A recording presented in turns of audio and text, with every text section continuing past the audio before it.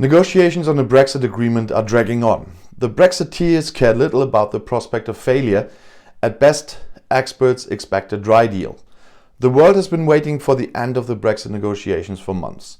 Deadlines are set and ignored, the weeks go by and nothing happens.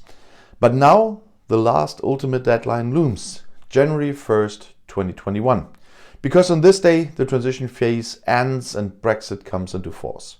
With or without a deal, Boris Johnson has repeatedly stated in recent weeks that Great Britain could easily leave the EU without a deal and that the country would then also flourish economically. Unlike most of the British economy, many of the Brexit hardliners in his party see it the same way.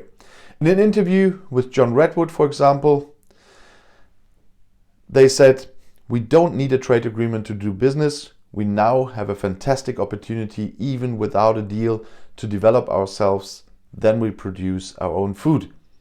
The biggest advantage of an exit without a deal, the so-called no deal, is that you then no longer have to do things by halves, explains Redwood.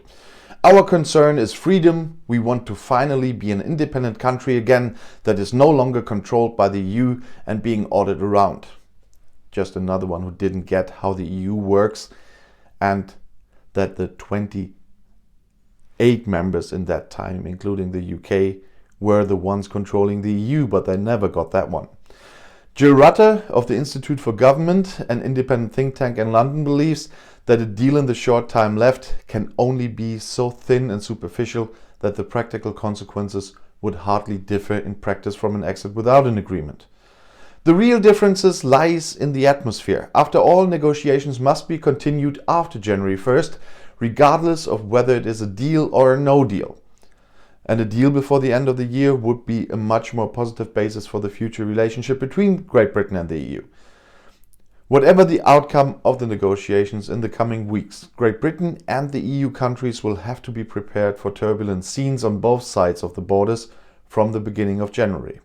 And if you now want to know more about Brexit, YouTube has chosen another of my videos here for you on the end screen, next to the subscribe button, which I hope you use.